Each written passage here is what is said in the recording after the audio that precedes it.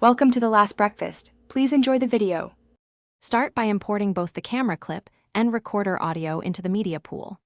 Confirm both files use the same sample rate, usually 48,000 Hz. Trim leading silence so the clap or spike appears near the start of each clip. Rename files or add metadata if you handle many takes.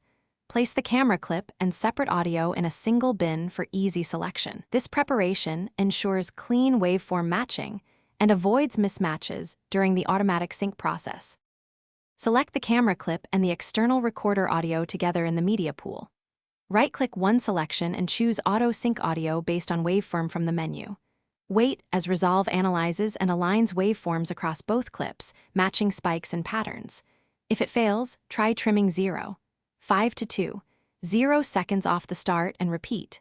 Once synced, Resolve creates a new multi-clip or replaces the camera audio depending on your preferences. This auto method is fast and precise for most shoots. After syncing, drag the new clip to the edit timeline and zoom to 200% for precise checks. Play the first 10 seconds and watch lip movement against audio spikes to confirm alignment. If you observe drift, nudge audio by single frames or enter a millisecond offset until lips and sound match.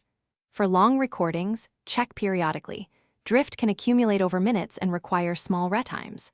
When everything matches, proceed to edit and export with confidence using the synced audio. Thanks for watching. If this was helpful, leave a like and consider subscribing. See you next time.